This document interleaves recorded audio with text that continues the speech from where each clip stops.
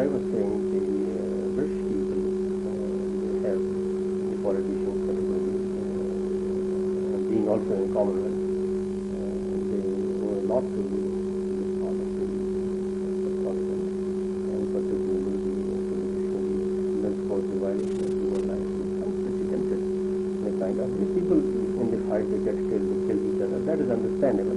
Nobody would really object to it. But this kind of mass sacrifice and genocide of people, violation of the reputation of the women folk, mass, is simply horrible and incredible. One cannot really believe it. Then, of course, not allowing Mr. Sardar, when he was here a couple of months back, I said, why don't you go and visit Kashmir yourself? He said, no, he's known for his Indian plants and he said, they won't permit me. I said, well, what is the use of your being friend of India? They don't permit you to go. What is that friendship if they don't let you go and start? Then he said, they tell me that they would have to deploy about 1,800 security men to protect him. I said, you take me as a hostage, nobody will touch you because they don't worry about that. But you think that they don't have Indians, those countries, I don't know, even if it was Russia had to easy, they had to go down, and the United States and Vietnam and other places, and Afghanistan, Iraq, they only, some calculations that have failed and can luckily escape. So India is more vulnerable, far more vulnerable than any of the many other superstars. So they are made to realize there is an opportunity that we here in Kashmir, the elderly leadership, is still alive and we are still in command and still effective. And we see things from a totally different angle to the youngsters who are coming up, and we have no obligation and no such responsibility to want from them. So the government is for taking a long time over this analysis. And here we are. We welcome you once again, and anything that we can do. I'm considered all the time to be a hardliner against India. But unfortunately people don't realize that I'm not a hardliner against India, but we have to resort to a hardline against Indian policy, which has been all directed so far against Pakistan and Kashmir, and aimed at liquidation, dismemberment of Pakistan, which they did in Pakistan and converted it to Pakistan. And that, as Mr. Qayyum then said, I don't know how you would take it, but Mr. Qayyum was alive and at the cessation of Pakistan, Bangladesh, he said that it's not a Qayyum that it's the right thing for Indian leadership, but they have already started off the process of their own disintegration by acting in this manner on the subcontinent. And in fact, if you look at it, this is what is happening. India and Pakistan pressing against each other, and a third force emerging gradually, which is believing in 500 different states in India. And now people talking of the United States of India, on the terminology of the United States of America. So all this, in presence of elderly leadership, we might be able to resolve these issues more amicably and in a more acceptable manner than militants. Then if they start dictating, then perhaps we have had it and we would not know what to do. Thank you. And it is good of you to speak in such detail. After all, we've come very many thousands of miles to meet you. So we would have felt cheated if you'd simply given us a 5-minute summary of your position. You referred to Labour Party's traditional friendship with India, and we do have that friendship, and we are determined that friendship should continue. We in the Labour Party have, as you pointed out, a very particular and special responsibility for the existence of both the Republic of India and the Islamic Republic of Pakistan. Neither of them would have come into existence in the way they did without the great wisdom and statesmanship of Clement Attlee. And that being so, I would never, in any gathering or in any context say other than the Labour Party is determined to maintain the closest and the warmest relationship with India. And that will be one of the guiding principles of our Commonwealth policy, not foreign policy, because India, like Pakistan, is not a foreign country. And in the same way, we are determined to have a warm and close relationship with Pakistan. For personal reasons, the nature of the parliamentary constituency that I represent, I've always had a particularly close relationship with Pakistan. And I'm not going to allow my own personal predilections to govern the policies of the Labour government. But at the same time, the entire Labour Party feels warmth and friendship to Pakistan as it feels warmth and friendship to India. We had our misgivings and sorrows when Pakistan departed from democracy, just as we had our misgivings and sorrows when India went into the state of emergency. But both countries are now democracies, active, practicing democracies.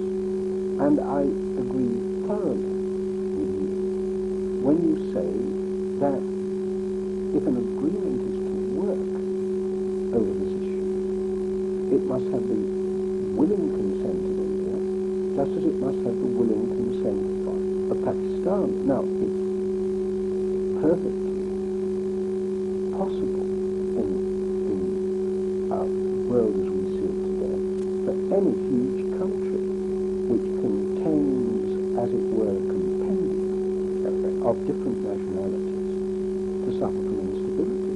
The Soviet Union is suffering from that, and that causes us grave worry. I see from my newspapers the Soviet Union after 70 years is about to change its name, and is going to stop being the Union of Soviet Socialist Republics. Every country can transmute itself. It is not for countries to ignore history or try to stand against history.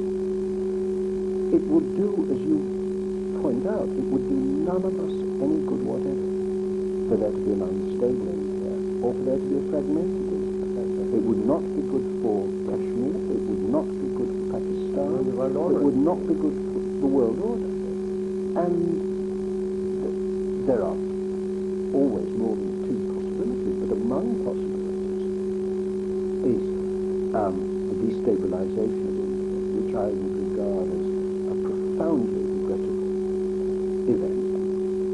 The other is the consent of India. Now, if India is not to be destabilized, she cannot be compelled into a solution. She's a huge, great country. And that being so, we have to work in a way that will secure her consent and her recognition of the problem. I said this when I went to India last year. One of my principles is never to say different things in different countries. I think that if one does that, then one is dishonest, and one will not be accepted as a friendly assistant at a solution if one says different things in different countries. So I say nothing different to you here than I said to the Prime Minister of India when I met him last year. We believe that a solution is necessary. We believe that that solution should be achieved by negotiation, as Pakistan's Prime Minister has said only this week. I welcome your dissociation of yourself from militancy, because I do not believe that unless the world community decides to use force, as it did in the case of the Iraqi occupation of Kuwait, I do not believe in violence as a solution to any problem. Of course, there is always the difficulty, the problem that some people may resort to violence through desperation. You can see that. I visited a couple of years ago the Polisario front deep in Algeria, and they had been conducting a war against Morocco because Morocco would not moved towards a solution. Now, since then, Morocco has moved towards a solution. We're going to have a plebiscite in the Western Sahara quite soon, under United Nations auspices. And it's United Nations auspices, it's Benazir Bhutto against Ethnicity, which is one of the two ways, not mutually exclusive by any means, of dealing with this, the other being through the Commonwealth. And so the tone of what you say, your recognition of India's greatness and the necessity of securing her consent, your very proper and understandable emphasis on your own perspective on the situation, all of those Joan Warren and I will report back, and I believe that it is a constructive report that we can take back with us. We shall do what we can. I've had an invitation from the Indian government to visit Kashmir. I hope perhaps later in the year to be able to do that. Clearly, in our present problems after the assassination and with the election state of affairs, I don't believe that the added problem of my arrival is something they ought to be faced with. But a little later on in the year, if things settle down, I will try to go there because, as I said at the beginning, which is the reason why Joan Warren and I are here, on an issue like this, we want to see as much as possible for ourselves, and I say to you again, a Labour government will do its best to assist in a proper solution of this problem. Thank you very much.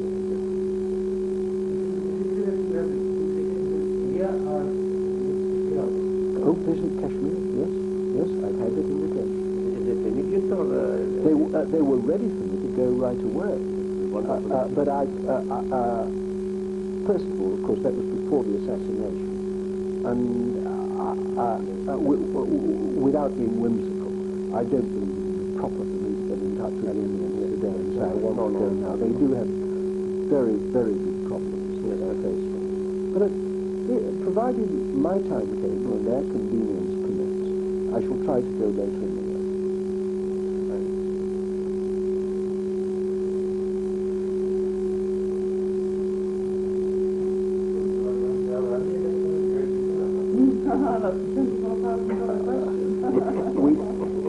we all just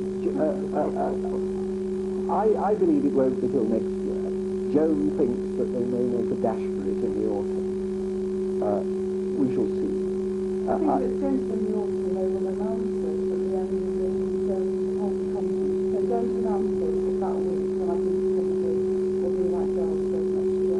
Has they overcome the Germans, which has been done by the Parliament? Oh, the interesting thing about our victory in the Monmouth by-election the week before last, winning one of their sacred seats, was that the poll tax was not a particular issue there anymore. They may for now have bought their way out of the poll tax problem, but I'm afraid they're about to have that problem renewing itself because Joan and I have to get back to Parliament because of next week, when Parliament resumes next Monday. They're beginning the parliamentary passage of the bill for the tax which is to replace the poll tax, what they call the council tax.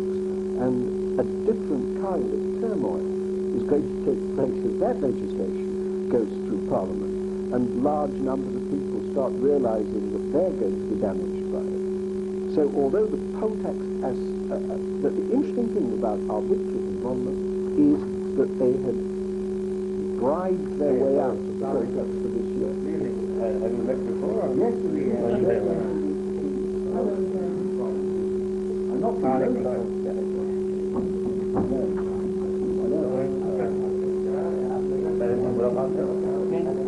Vice Chancellor of Sardar University.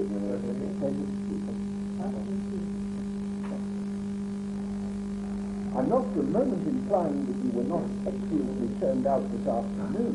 You were extremely elegant man. You're suggesting him to return to the street?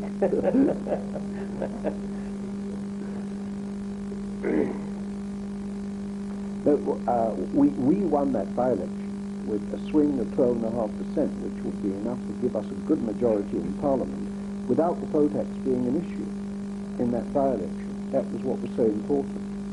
They thought they'd put an end to it all and they were going to recover, but that's not what happened. So what would be major issues given the election compared to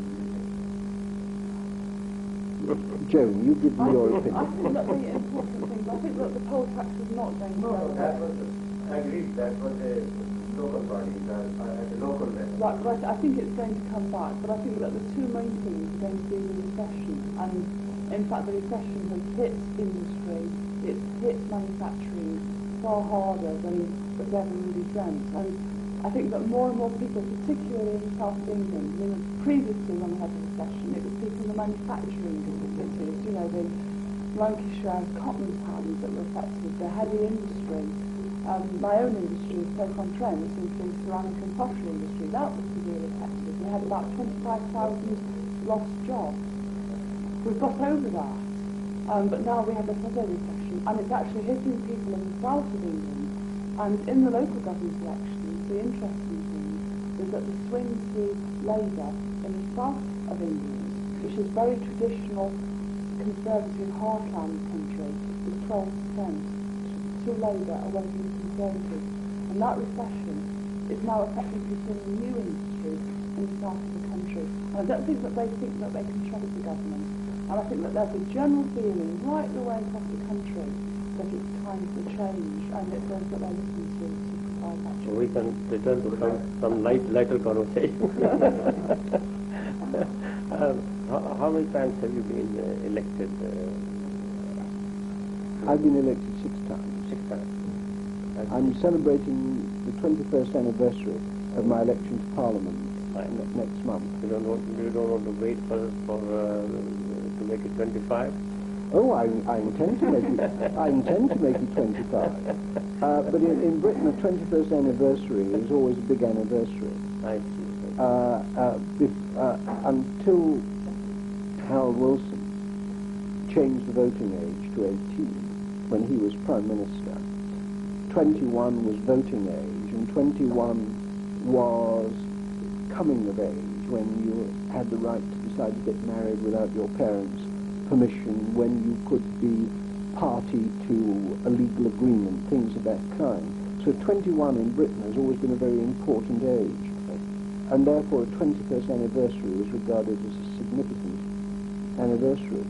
Indeed, my city council is giving a dinner in my honour next month, which, if you knew my city council, is an astounding event. Oh, Mr. Hattersley's just had his 25th, but he looks old, you see.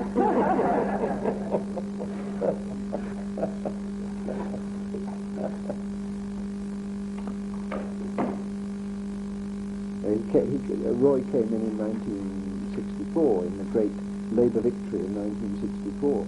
I'm afraid I came in the Labour defeat of 1970.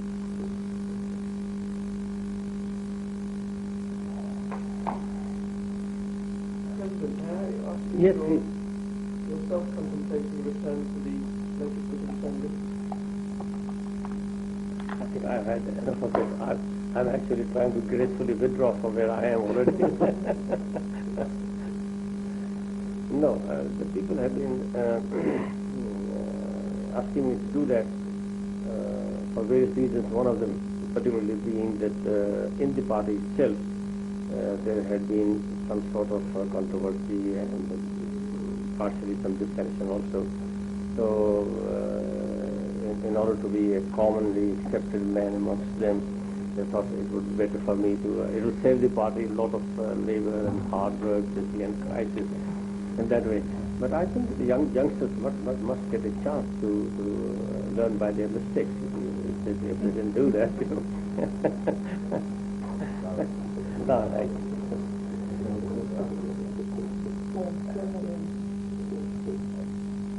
You didn't need the phone? I thought you had a meeting with them all.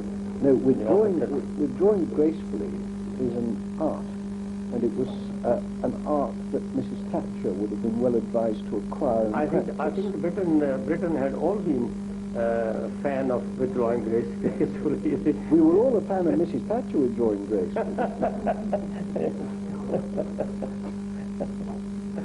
No, I think while you are strong in politics and you hold the reins, it is advisable to find new people to take over from you and give them the training and teach them.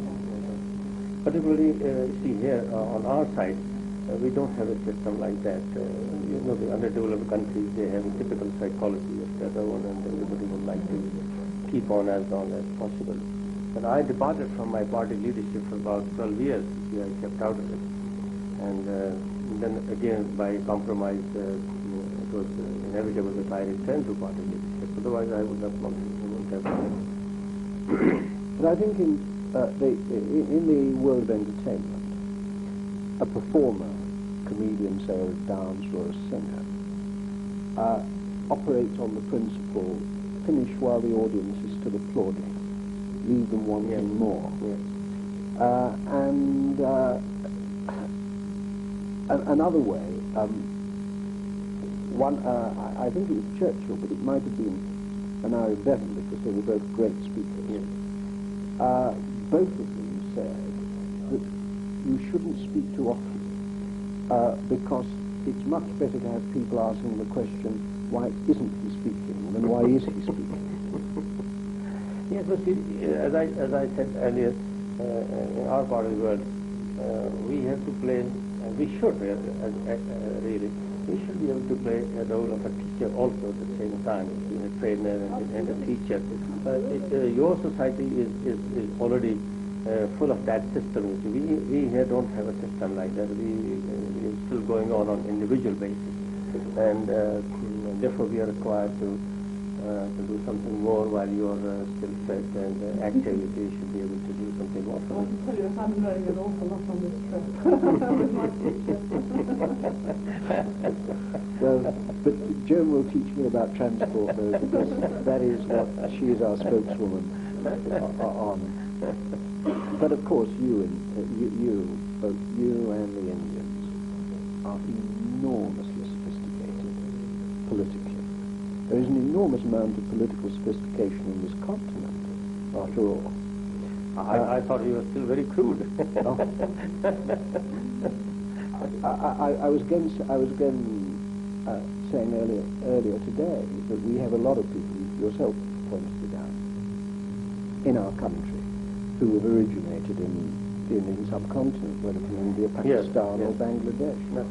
And they've taken to British politics like ducks to water. They're very good at it. They're very active in terms of voting. More and more they're becoming candidates in elections. And we like that very much, because we are a multi-ethnic country.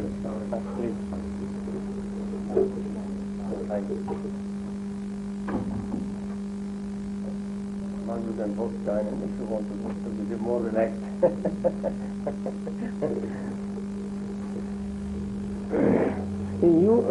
You don't have the problem of stable institutions. We have sophistication on the individual level, but I think institutional-wise, we're still far behind, and we need to establish and stabilize the institution system. And at least that is how I have looked at it all these years. With all the efforts at our disposal to establish stable institutions, so we have not really succeeded much, at least in Pakistan.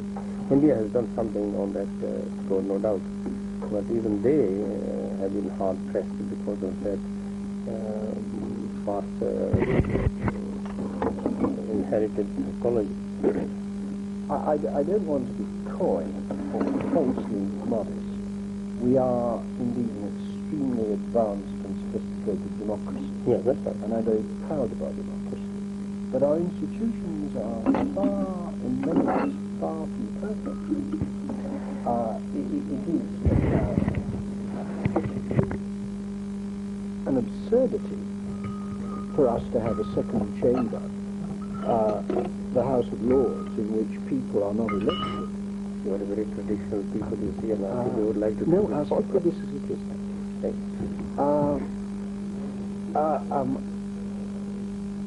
We have, although we don't have strains of the kind affecting India, we do have problems in Scotland and Wales. There's a Chile gentleman, I don't know whether you... I've never tasted this before, but I've heard so much about Kashmiri food that I missed it. This is not Kashmiri food. Maybe we're able to give you something of that also. But this is regular Chinese food.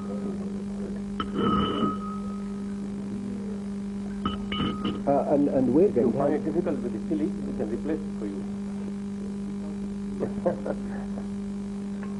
Please. Is Chinese food commonly eaten here? No, just the soup. It's delicious soup. Thank you. And there's also the question of Scotland and a form of self-government for Scottish people, Yes. which the Labour Party will have to do because the demand among the Scottish people is so strong.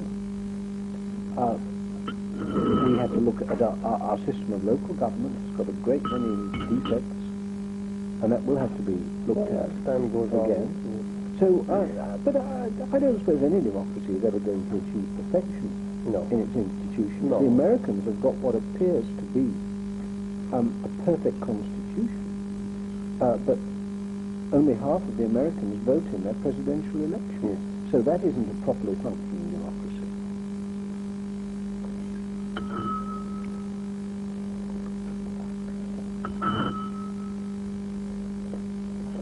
But you think it's essential, Mr. Kaufman, for everybody to go and join this voting process? I think that in a country where people feel part of the body politic, you will get a wide participation. If you, I mentioned the Pakistanis in Britain. My constituency is one of a number in which the Commission for Racial Equality conducts surveys at every election about participation in elections. And at the last election, in my constituency, the participation as a whole was 72%, which is, for an inner city constituency with a mobile population, is not bad. But among my Pakistani constituency, it was 84%. Almost 100% of the... Well, taking into account the fact that people will have moved away and some will have died, it is very high. And that shows that they feel part of the democracy. In America, they don't. In America, too many people feel alienated from democracy. They don't even get their votes registered in the United States. That's it. Well, of course, in Britain, it's compulsory to register. Indeed, I was pointing out that all Commonwealth citizens in Britain automatically have the duty, the legal duty to register, because Commonwealth citizens who aren't United Kingdom citizens, if they have a residential qualification in Britain, are allowed to vote in British elections.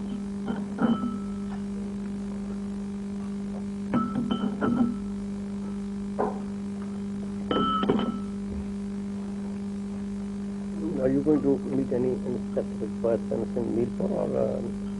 No, we just wanted to, because of its associations with Britain, we wanted to visit. Obviously, we will be we'll be visiting dignitaries there, but we haven't asked to meet. That Jo feels that some of her constituents are going to turn up there, and that would be very nice if they did. You can help them anywhere. I mean, my constituents wanted to know our programme, and I was really unable to give it to them in advance. Certainly, you can convey to them, yes, all right. And Any particular individual that you think should be informed about it, because then for us to locate a constituent from England is slightly difficult. I mean, all I know is that they wanted to know when we would be there, because they said that they would like to... Well, that's who the press I will mean, visit. I said, well, fine, I think it's going to be there Friday night. We can arrange a lunch for you with an industrialist who keeps visiting England, and they have that would be contracts. Yes. But what they said to me was, well, it's going, you don't realise, if we are only told about your arrangements at the last minute, how can we get 500 people along to meet you? So we can. So I mean, I think that, I don't know who will be organising it. I don't know whether or not the member of the assembly to ask them whether or not he would know who the people Mr. Yasin could be contacted, yes. He might know who the people would be, but I mean, certainly if we could meet them on Friday evening. ये Yasin sorry Yasin को बता दें कि वो madam visit करेंगी Mirpur on the 31st और उसको पता होगा यासीन को कि वो आपके कॉन्स्टिट्यूएंट जो उनके हैं और उसके अलावा We've got a long night on this Friday night. The work goes fair.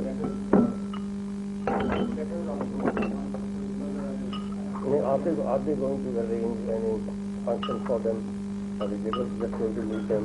Or I have asked some people there studying and others to arrange a function for them where they could meet their set of friends could be invited.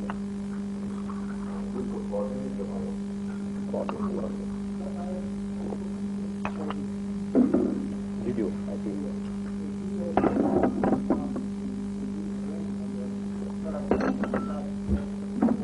Well, we could have invited Mr. Yasin. Is he here? Yasin is Tara? He's in court. He's not here. Everybody, all the prospective candidates will be available in the office. They're filing the nomination papers tomorrow. Yes, because we're going to Neelam Valley tomorrow.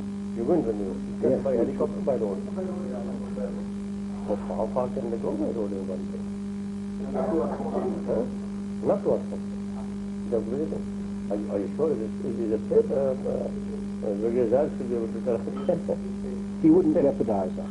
No, he will not, certainly not. Because he's already told me that he's going to write to me when I'm Foreign Secretary. So he's got to make sure I'm alive to be Foreign Secretary. It's going to be, my side is just a letter, your side is a very big thing.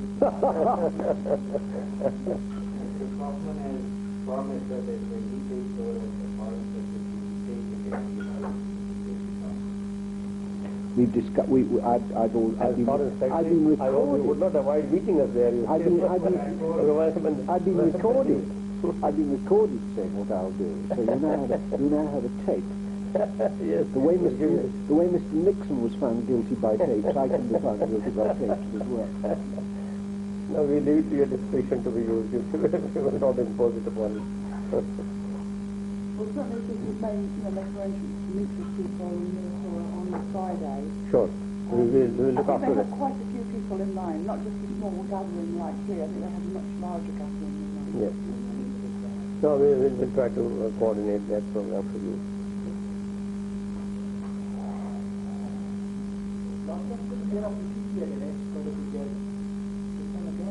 This time again you can ask the mayor. Yes, fine. The mayor could. Yes, thank you. Oh, she's worried only if they get the information in time. Yes.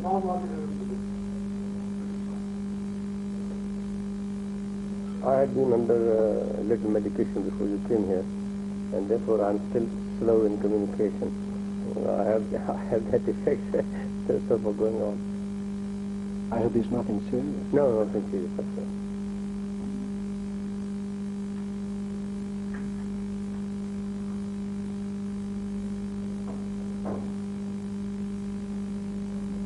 It's a very nice house here, and you have a very nice garden we saw on the way. Yes, it's just a lawn, not exactly garden. All these years, you see, we have lived casually, believing that maybe tomorrow, day after tomorrow, the issue is resolved, and then we'll start building permanent structures. This is only the kind of stopgap arrangement that we were forced to make as time went on, and this is increasing. I hope that when in Lahore there'll be time for us to visit the Shalimar. So certainly, yes. Who is looking after the Foreign Office? Foreign Office. So certainly they take it to Shalimar. ये convey कर दें उनको जो Foreign Office का representative होगा. It's included in the visit. In Lahore? No, yes, in Lahore you can't. Yes, we're going to Lahore the day after tomorrow.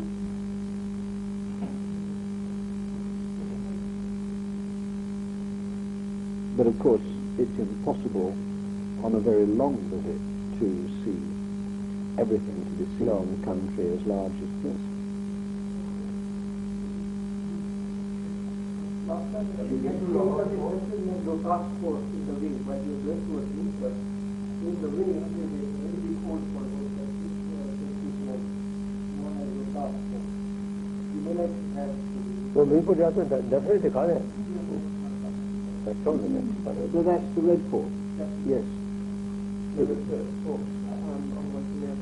Oh, I'm sorry.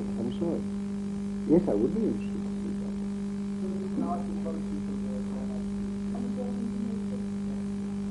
आप करें, make that arrangement as it is. So. I was looking at the guidebook this evening. Do we have a guidebook here? And it said that fine. And it said the Red Fort was built in 1552, which is the same year as my school was founded in England. What is also built in 1945? Now the foundation was built.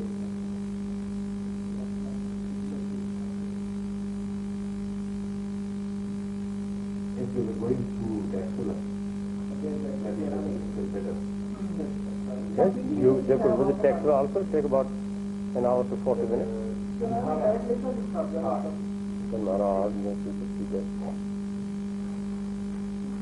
Are they returning by road? We have tickets on the aircraft. What is the program on the other side? Yes. They have a gap of only 1.5 hours that they probably go by plane. If they have a free evening, then they could. The weather has been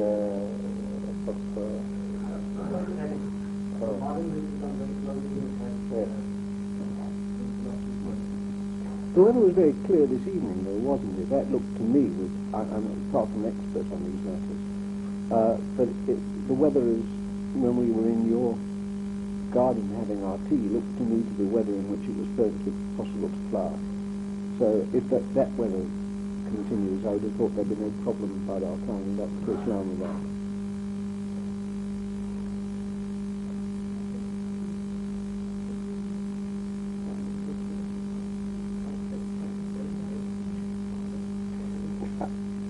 Two years ago, I went to New Zealand, and flying to the south, in the South Island in New Zealand, flying to the airfield at Mount Cook, which is a snow-covered mountain all the year round. We flew in a small plane which actually was lower than the cliffs on both sides of us. It was a superb journey because it was very beautiful to be flying lower than the mountains, well, between the mountains. You can have the same experience here. Yes. You have the same experience. Sorry? If you go to Gilgit by the PIA, Yeah. which is flying between about, I think, 10 to 15 feet, which are above 25,000. Well, that's something New Zealand can't do. Yes. I'd love to do that. It means we'll have to come again. Are they visiting Northern area? No, they're not visiting. Very interesting though, flying by helicopter, because you get so used to going on roads and having to go in certain lines. When you're flying by helicopter on those road lanes, you can just sort of choose really where you want to go. You come by helicopter. Nobody can take a pot shot at the helicopter. That will go further away from the road. ये कल by road जा रहे, not by helicopter. 8 मुकाम, and they intend coming back. I mean, 3 hours. No, 3 hours, but it's a very tiresome journey.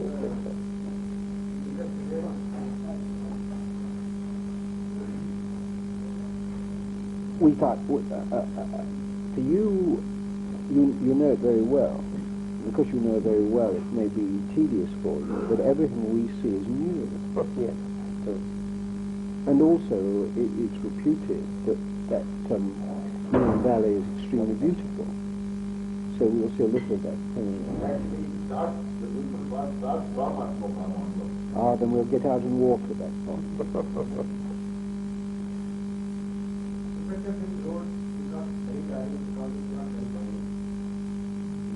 This road was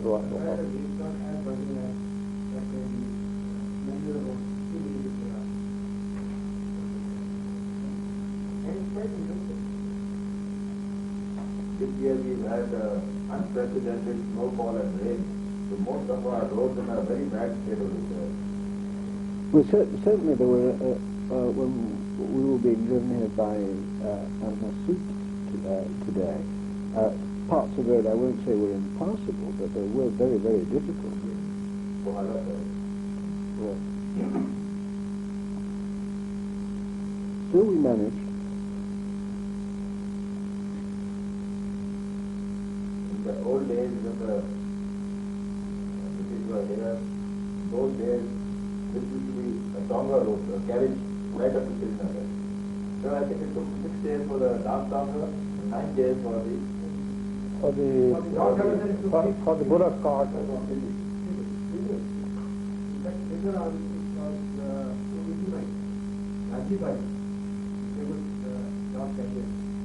They had such horses and well mine. And so the Dada would count the horses in the